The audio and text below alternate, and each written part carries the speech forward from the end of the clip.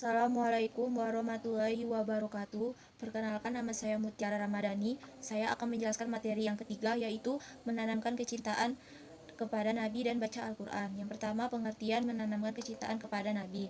Yang cinta memang memiliki ekspresi yang berbeda-beda bagi setiap manusia. Begitu juga cinta kepada Nabi Muhammad SAW.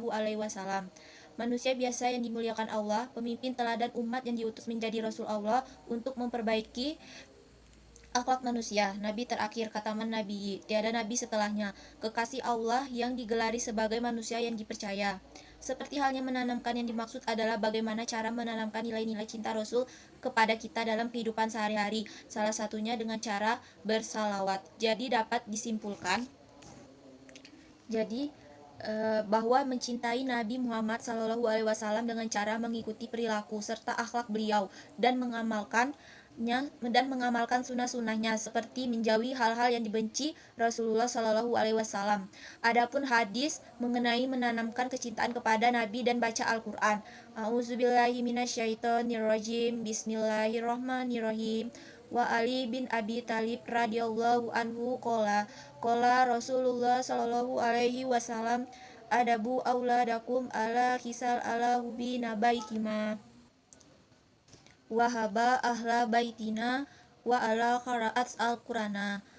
Artinya, dari Ali bin Abi Thalib radhiyallahu anhu, Rasulullah shallallahu alaihi wasallam bersabda, didiklah anak-anakmu dengan 3 perkara, yaitu mencintai Nabi, mencintai ahli bait atau keluarga Nabi, dan membaca Al-Quran. Hadis riwayat Ibnu Al-Najjar. Adapun kosakatanya, yang pertama, adabu auladakum, didiklah anak-anakmu. Yang kedua, ala hisal, dengan 3 perkara.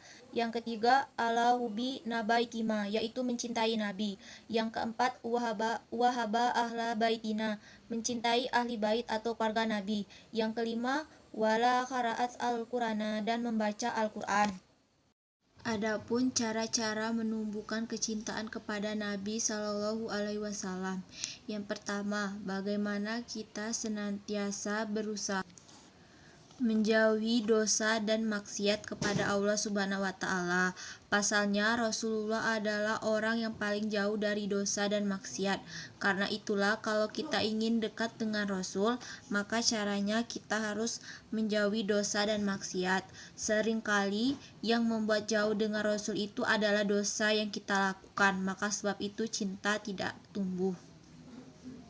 Yang kedua, dengan cara membaca salawat kepada Nabi kita Rasulullah Shallallahu Alaihi Wasallam.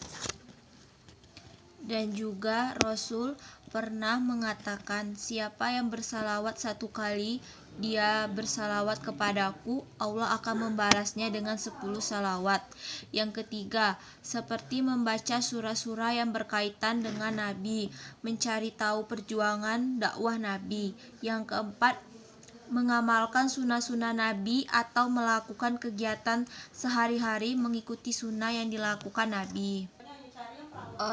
Yang ketiga, yaitu menanamkan kecintaan Al-Quran pada anak dengan cara mengajarkan sopan santun terhadap Al-Quran. Misalnya, tidak boleh merobek Al-Quran, tidak meletaknya di atas tanah, tidak boleh mencoret-coret Al-Quran. Adapun tips-tips untuk menanamkan kecintaan Al-Quran pada anak. Yang pertama, menceritakan kisah-kisah yang membuat anak mencintai Al-Quran. Yang kedua, menciptakan metode baru dalam mendidik. Yang ketiga, menggunakan nasyid untuk menumbuhkan cinta anak kepada Al-Quran. Yang keempat, memberikan alasan kenapa kita harus cinta terhadap Al-Quran. Baiklah, itulah penjelasan dari saya. Saya akhiri. Wassalamualaikum warahmatullahi wabarakatuh.